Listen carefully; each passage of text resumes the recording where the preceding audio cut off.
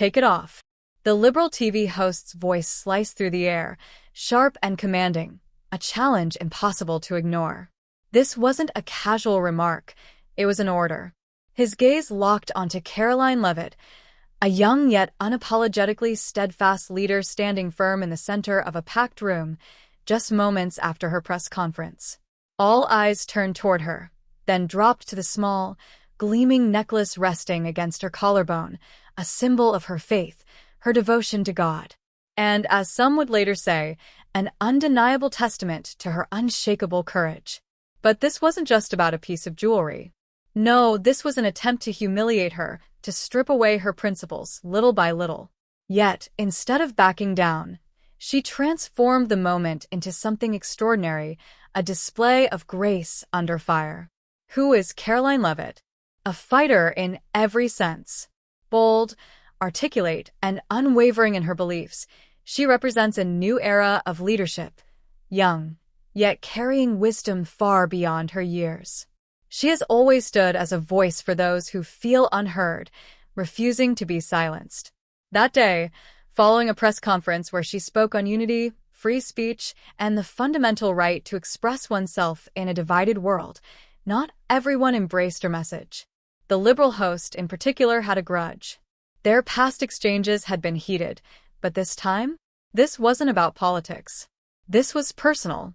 "Take it off," he demanded again, his voice louder, as if daring her to defy him. A heavy silence settled over the room. Even those who agreed with him shifted uncomfortably in their seats, unsure of what would happen next. But Caroline? She didn't flinch. With steady confidence, she tilted her head ever so slightly and offered the faintest, most disarming smile. Then, with a calm resolve, she answered, "You want me to take it off? My faith." She let the words linger, her voice even unwavering. "Because that's what this necklace represents. My faith, my relationship with God, my strength. And you're asking me to remove it simply because you disagree with it?" She didn't say it in anger. There was no defiance in her tone, just a thoughtful sincerity that immediately shifted the conversation. Suddenly, this wasn't about a necklace. It was about something much deeper. But before we get to the response that left the entire room speechless, let's take a step back and understand how Caroline came to this pivotal moment. Caroline Leavitt wasn't born into privilege or ease, nor did she fit the traditional mold of a political leader.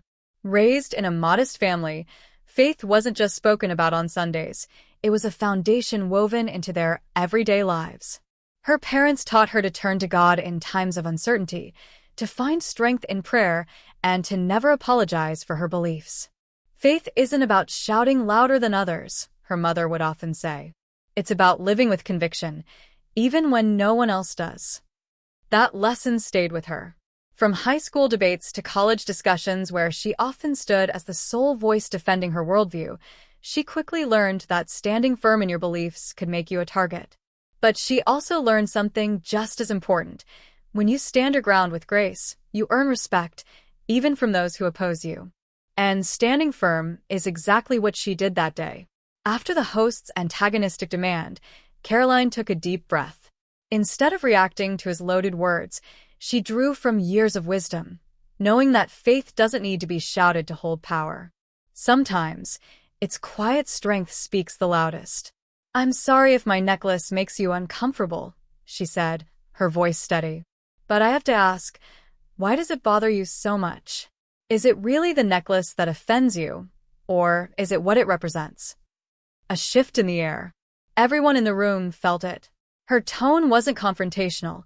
It was inviting, challenging the host, not with hostility, but with an opportunity for self-reflection. "This necklace," she continued, gently holding it between her fingers, "is more than an accessory. It's a reminder of the strength I've found in my darkest moments when nothing else could bring me peace. A reminder of the values I strive to live by: love, kindness, and the unwavering belief that every person has worth, regardless of whether they share my faith or not." Silence. Even the TV host, clearly ready to escalate the exchange, hesitated. But Caroline wasn't finished. "You see, I don't wear this necklace to force my beliefs on anyone. God gives each of us free will, the choice to follow him or not. I respect that. But I wear this because it reminds me of something you can't see. It reminds me of the battles I've fought, the strength I've gained, not by my own might, but through God's grace. She paused, allowing her words to settle in the stillness of the room. Cameras flashed, pens scribbled, but the energy in the space? Undeniable. You said I should take it off, as if it's something I can remove as easily as you think. But my faith isn't a decoration. It's not something I put on in the morning and take off at night. It's who I am. It guides every decision I make, every policy I stand for, every interaction I have. And I say this knowing full well that not everyone believes the same way I do. That's okay. Her words weren't just for the host anymore. They were for everyone in the room. Everyone who had ever felt pressured to hide their beliefs, to shrink in the face of opposition. I don't wear this because I think my faith makes me better than anyone else. I wear it to remind myself to be better. Better than I was yesterday, better to my family, better to strangers who may need kindness more than I realize. That is what my faith symbolizes. And if that offends you, then maybe the issue isn't my necklace. Maybe it's something only you can reconcile. The host opened his mouth as if to respond, but no words came.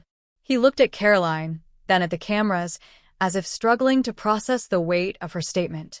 He had stepped into this moment prepared to humiliate her, to paint her as a hypocrite. Instead, with calm, measured truth, she had turned the mirror back on him, not with aggression, but with conviction. And then, she delivered the words that many would later call a defining moment in her career. Unity isn't about making everyone the same. It's about respecting the differences that shape us. This necklace may symbolize my faith, but what unites us is bigger than any symbol. It's found in how we treat each other, how we listen, how we build bridges instead of burning them. If you disagree with me, I welcome the discussion. But I will not hide who I am. And I wouldn't ask you to either. The room erupted into applause. The TV host, though visibly shaken, gave a small nod, perhaps realizing, in that moment, that even he had been met with grace. A confrontation that began with hostility ended with unexpected reflection. Some called it a victory for Caroline. Others called it a victory for something greater: faith, resilience, and the courage to stand firm in your beliefs without tearing others down. And as for the necklace? It remained exactly where it belonged, proudly worn by a woman who refused to shrink in the face of adversity.